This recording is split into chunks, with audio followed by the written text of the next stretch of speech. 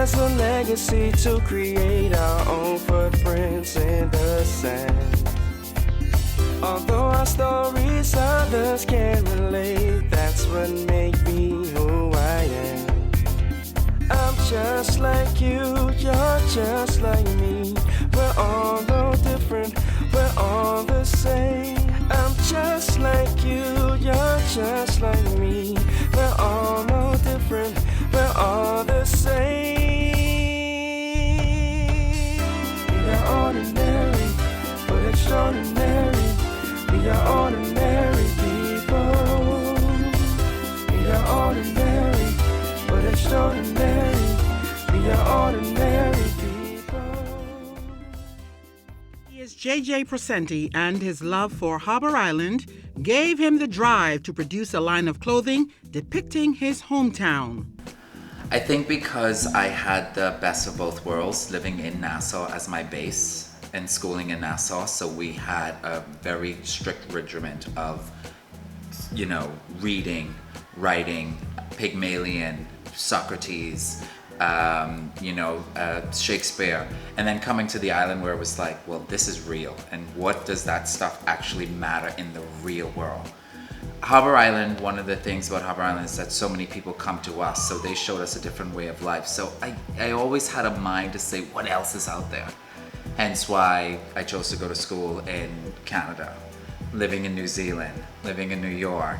Recently I traveled to London, Paris, and Switzerland. But you get an impression of what else is out there, but you just don't know how it's going to work for you as a quality of life. I'm one of those people, I don't really measure. We drive golf carts, so I don't have a fancy car, but I like that if 20 people show up to my home, I can feed 20 people, give them something to drink, make them feel comfortable, make them feel hospitable, and make them happy. That's really what I think is where I'm happy to be at in my life.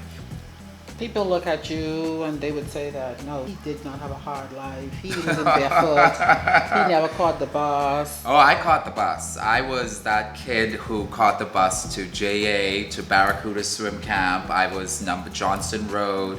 And I was so excited because I'm 345 Jamaica Avenue, Elizabeth Estates. Shout out to my Lizzie crew, my Lizzie family. And I went to St. Augustine's, which was the sacrifice that my parents made to make sure that I was a Catholic and that I attended and stayed within a system that was beneficiary to me.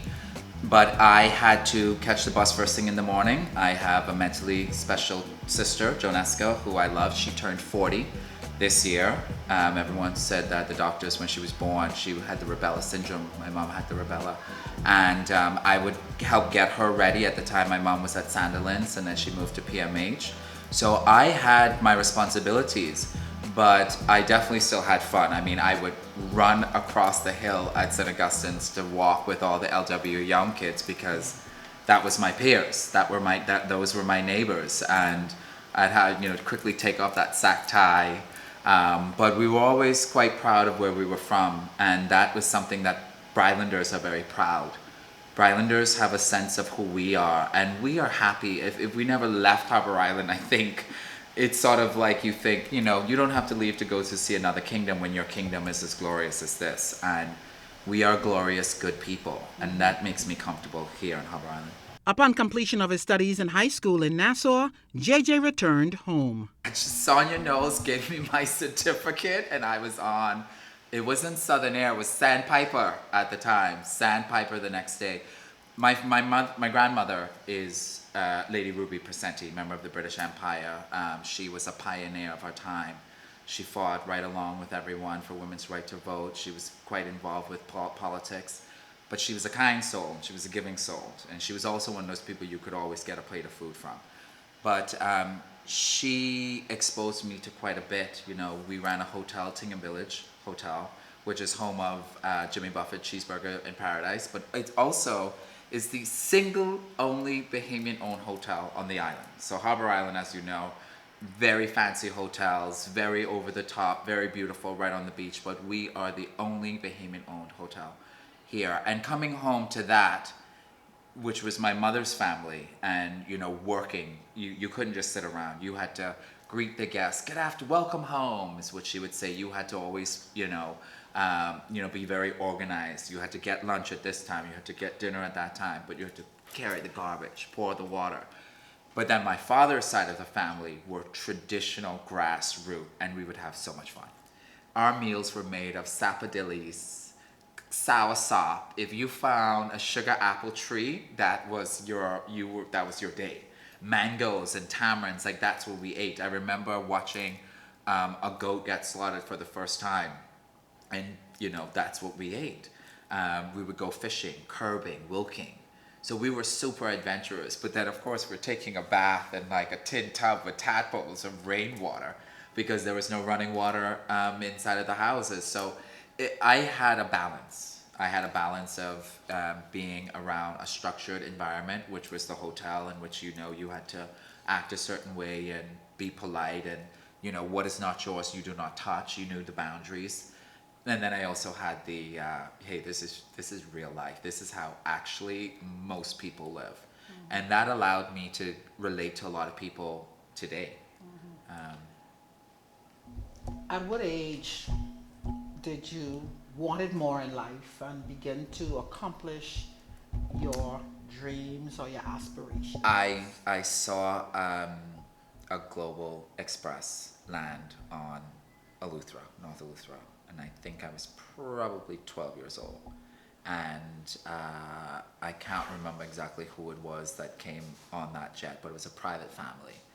And I'm sitting waiting, we're waiting just with everybody else, and I thought to myself, did that guy just come on his own plane? And yeah, that's his plane. And so I want to be able to own my own plane. Now, of course, owning your own plane probably is not the most financially smart situation to do. You can have a timeshare on a plane, but it all came down to you work for it, you want it, you see it, and you make it. It's not how much you make, it's how much you save. We as island folk, we still have money underneath the mattress. I sometimes get teased sometimes because people always laugh, oh, you only wear your own stuff. I'm like, because I don't want to buy anyone else's clothing when I have my own clothing line. Or when you invest and you see a return, especially when it's education. I have a small flower company that provisions all the yachts and a lot of the high-end homes, and I work along with the fantastic Candace Cargo, who has been such an inspiration because she's a super woman. And we always are doing additional courses. We're always reading more. We're always learning techniques. And that is what I would rather put my money into. Or that's what I'd rather always know, that if I had to leave the Bahamas and be dropped into a city, what resources or what skills do I have that is going to allow me to survive? We have something so special, something that we can so protect, something that is so unique. And the fact that both my parents are from here, and it's not as if it's not as if I've just appeared, born, bred, know all the families, went to all the funerals, all the marriages, been through all the, the everyday life. I've seen people do well, and you're so excited. Right now, we have doctors graduating from, University of the West Indies, from Harbour Island, accountants. We have LaVon Davis, who is an anchor.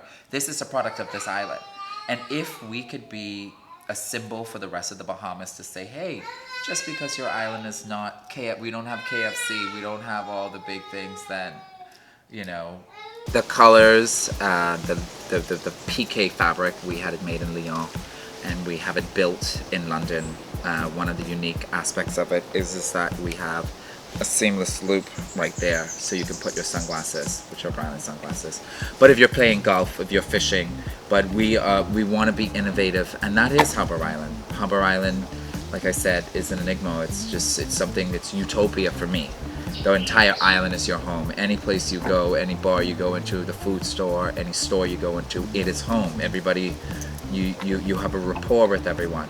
What we did with the company is that we made sure, especially for the details, the small attention to details, the longitude and latitudes, the chambrays, the Oxfords, the way that they fit, the Rooster. Rooster. Absolutely. You Why know, the rooster? everyone. I could tell you a few people who come to Harbour Island and say, I love it, but your roosters don't just crow in the morning. They crow all day. So they're at 2 in the morning they're crowing, but the roosters are a big part of what you can think about islands, and they're free. And that's just with the kids. That's just like us growing up here. You're free.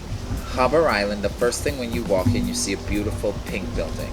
You see beautiful architecture. You see colonial style. You get a sense of the pitter-patter right away. It's very quick. You see people on the golf cart. You see people smiling.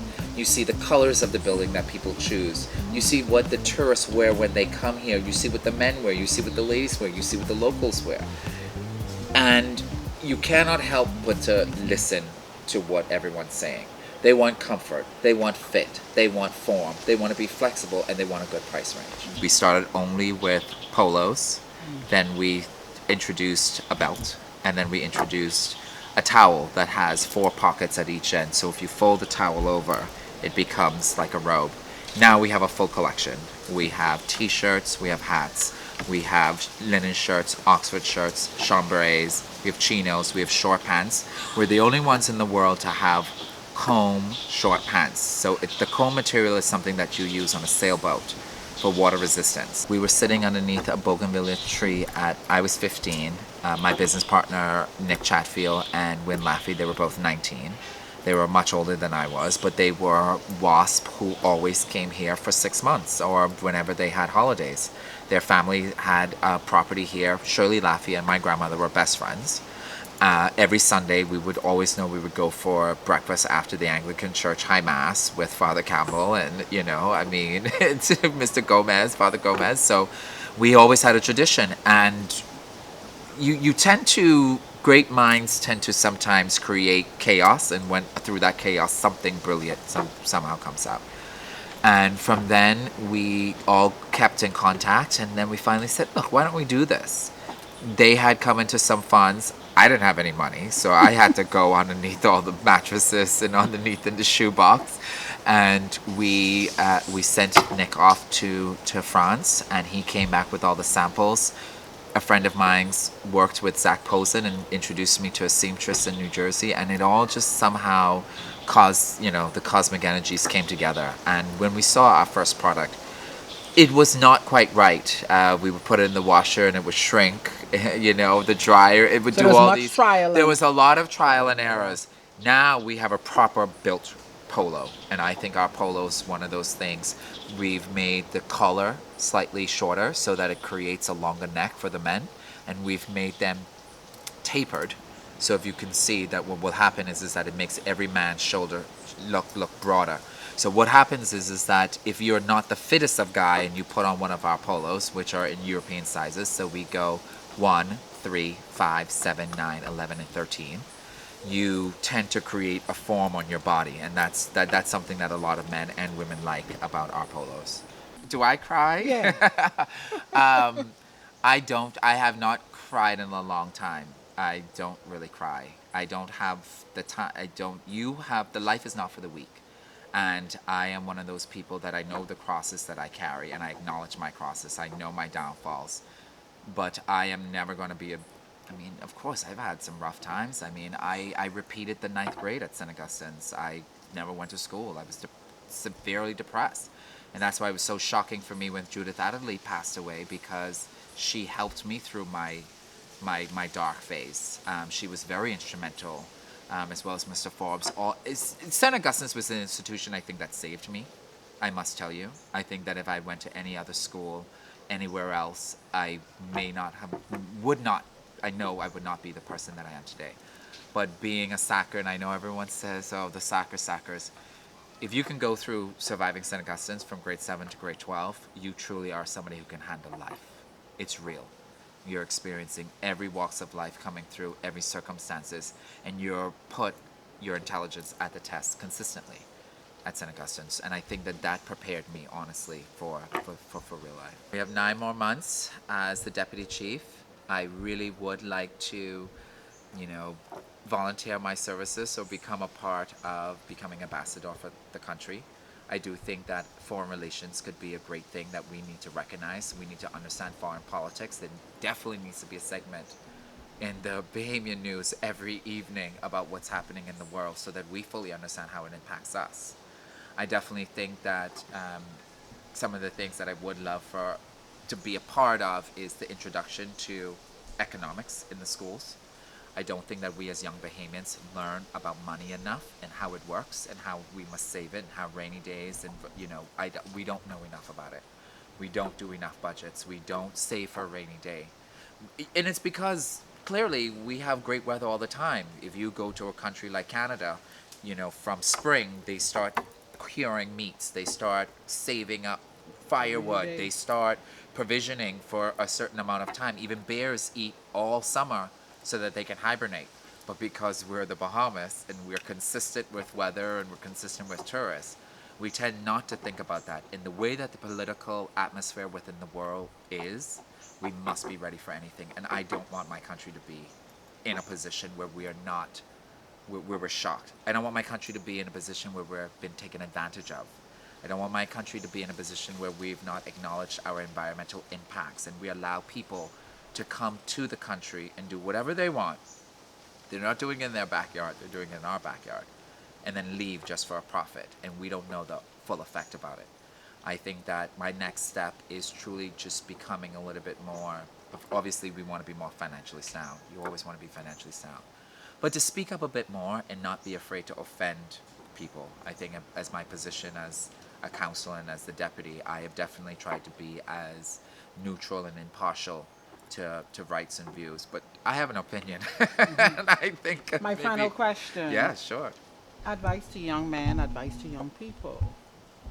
It doesn't matter how you start in life, but where do you go after you would have started life? It's not the end of the world. My advice is to take a look at the surroundings. A Bahamian mother can open up her cupboard and find 3 items and make a full meal for her kids. She's not going to be there sitting and crying and running around. She's not. But some people don't have 3 items. Some people don't have 3 items, absolutely not. But then those people then go to the fisherman wharf and they start to fish. Those people then go to a butcher and say, give me the meat that you're not going to use after you've cleaned your pig, after you've cleaned. My advice is to always look at the positive. Never think it's a problem. Find a solution. Never take your boss a problem. Every day when you think it's a problem, oh, I have this light bill. No, you know what? Today, I'm going to go sell 10 coconuts and I'm going to do this. Or today, I'm going to take that extra shift. Or today, I'm going to, let me do one yard sale. Let me get rid of some of this stuff for $2, $3. Let me raise this money. And that's what I would say to any young person today. The opportunity is yours. You control your destiny. And destiny only gets brighter when you put more into it. If no one's going to give you anything, and don't expect anything nobody owes you anything. No one's responsible for you. Once you are of 18 of legal age, you are responsible for yourself. And out of all my mother's children, you got to love you the most. I mean, don't take the less road. Take the honest road. Take the hard road. Because when you get there, nobody could take it from you. The face behind what many describe as impeccable service and friendly attitude from staff at Ramora Bay in Harbour Island. Harbour Island is a very distinct location in the out islands of the Bahamas. We are blessed to have a beautiful resort and marina, so we get to touch not only guests that are coming in to stay on the hotel side, but to touch the amazing yachting industry that is really growing in the last 3 to 5 years in the Bahamas. Harbour Island is one of the main destinations for yachts, for not only individuals, but for yachts that are on charter and charter guests. We cater to vessels from anywhere from 60 feet up to 200 feet here in Harbour Island. But make no mistake, Ramora Bay is never just the destination. The destination is always Harbour Island. We're very unique to have one of the top beaches in the world. Our Peak Sand Beach has been rated #1 many years in a row. This past year we were rated the #1 island in the world by 3 different organizations. But what really makes it unique is the fact that we have so many different things to do. We have 4 of the top 10 restaurants in the Caribbean based here on Harbour Island, a few of the top hotels. So when our guests come in by yacht, which many of them do, they're not just coming to come to Ramore Bay. They're coming to go to the many, many restaurants that we have here, from the Rock House to the Dunmore to Coral Sands to the Landing to Pink Sands, as well as our famous restaurants here, Aqua Plaza and Sunsets. So when people come, they're able to go out to a different restaurant 7 nights a week. They're able to stay at a different hotel or rent a different property. We have people come from all over the world to come to Harbour Island, and it's a very unique clientele. It's a high-end clientele. We cater to a lot of movie stars, but at the same time, people are very comfortable wearing their flip-flops all day, and so that's what makes us very special. But of course, at the end of the day, it's about the people, the Bahamian people that live and work here and are part of not only our community, but our team here at Ramore Bay. They really are the backbone of what makes it very unique and successful. How do you maintain that success? For us, especially here at Ramore Bay, but I know most of the other hotels and tourism operations do the same, we continually are training. We are continually preaching customer service. We pride ourselves in being one of the top marina destinations in all the Bahamas, and it all comes down to customer service. The facilities are important, but at the end of the day, it's about the people and how they treat the guests, and in turn how we as owners and operators, how we treat our employees. In the yachting industry, I am pleased to be a part of a very important group called the ABM, or the Association of Bahamas Marinas. We are part of the Ministry of Tourism, but we are the group of leaders that own and operate the marinas in the Bahamas. So we do a good job of working very closely with the Bahamian government to study the statistics, to make sure that things are going the way that we think that they should be going for yachts and boats when they come to the Bahamas. Work closely with Customs, Immigration, Marine Patrol. But at the end of the day, the islands of the Bahamas still offer a cruising ground that is second to none anywhere in the world. And really in the last 3 to 4 or 5 years, a lot more yachts, a lot bigger yachts are really starting to understand that. We have vessels that used to only go to the Caribbean.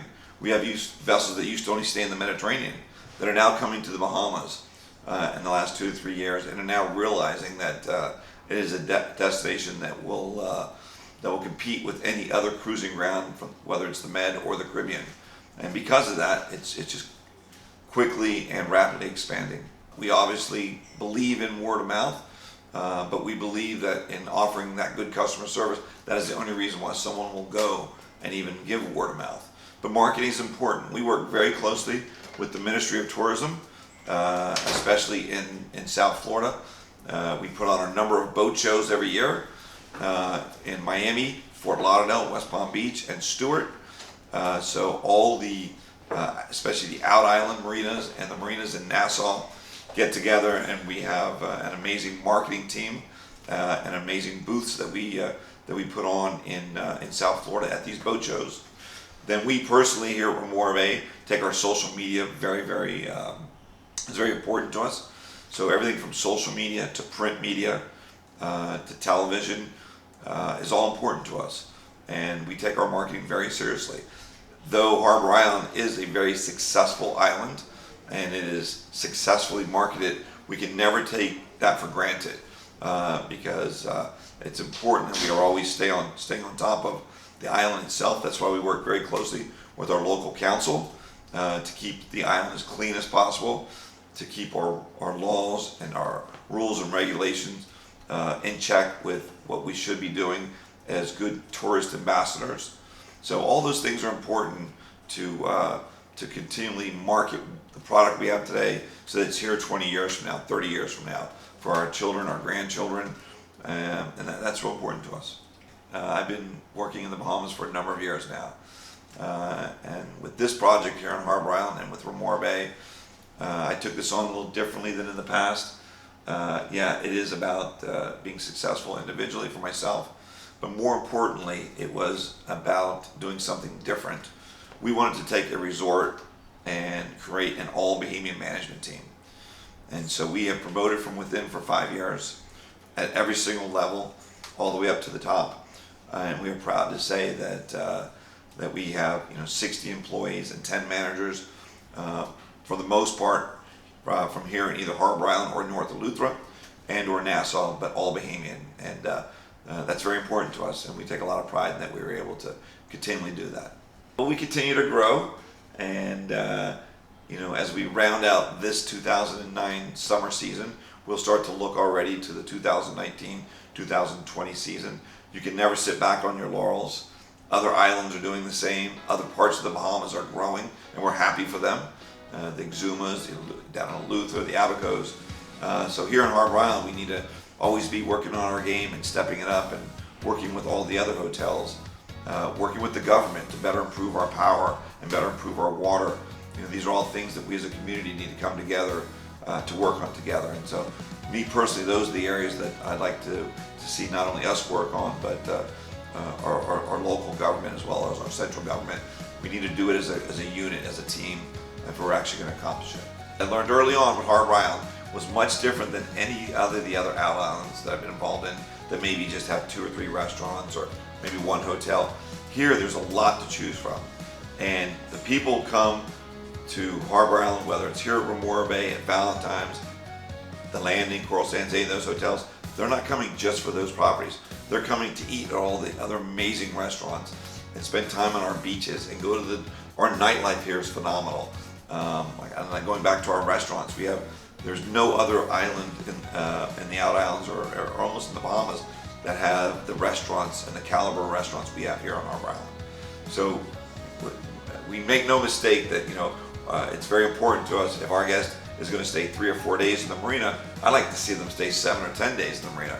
So we have to be able to market all the other great things happening on the island to get them to stay even longer. And we will always be okay by them having dinner with us once, twice throughout their week.